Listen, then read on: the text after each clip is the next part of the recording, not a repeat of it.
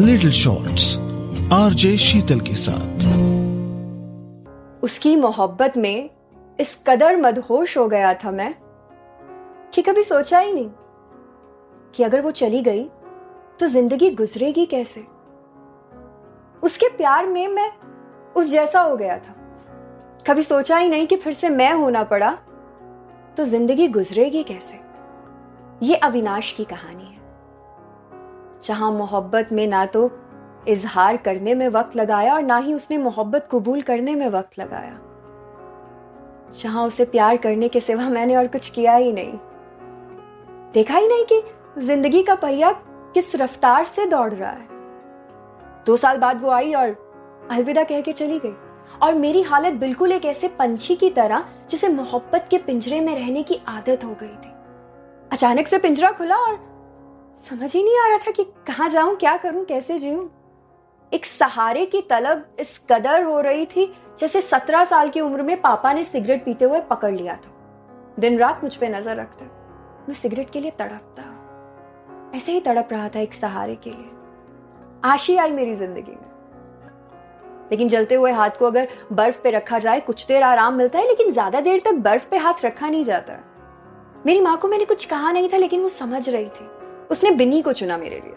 शादी हो गई, मैंने हाँ कर दी क्योंकि जिंदगी में आगे बढ़ना चाहता था। बिन्नी मासूम सी, मेरी हाँ में हाँ मिलाने वाली, मुझसे प्यार करने वाली। मैं भी उससे प्यार करना चाहता था, लेकिन मैं क्या करता।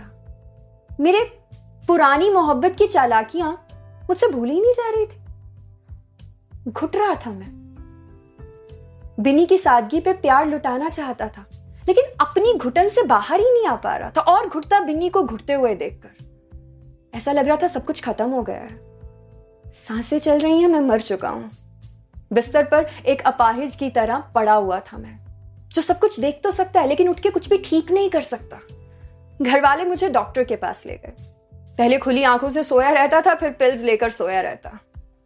एक रात बिन्नी मेरे पास आकर मुझसे कहने लगी, सुनो, तुम्हें अपने साथ जो भी करना है तुम करो, पर प्लीज मुझे मेरा पति दे दो। उस रात बहुत रोया मैं, बहुत रोया। और मैं खुद से कह रहा था, अविनाश मुझे अविनाश दे दे, मुझे अविनाश दे दे, जैसे मेरे अंदर कोई और हो। रोते रोते जमीन पर सो गया उस रात में। सुबह उठा तो कुछ अलग लग रहा था। एक जज्बा जिसकी तलाश न जाने में कब से कर रहा था, मुझे मेरे अंदर महसूस हुआ। एक थॉट वही पुराना था, लेकिन एक कान से सुन के दूसरे कान से निकाल देता। लेकिन उस दिन मैंने अपने एक कान के आगे हाथ रख लिया। कुछ भी हो जाए, अब अपने दिल से, अपने दिमाग से उसे जाने नहीं दूंगा कि जिंदगी से प्यार करना है, भुलाना है पुरानी बातों को। कुछ नहीं है वो, खुद से प्यार करना है, नई शुरुआत करनी है।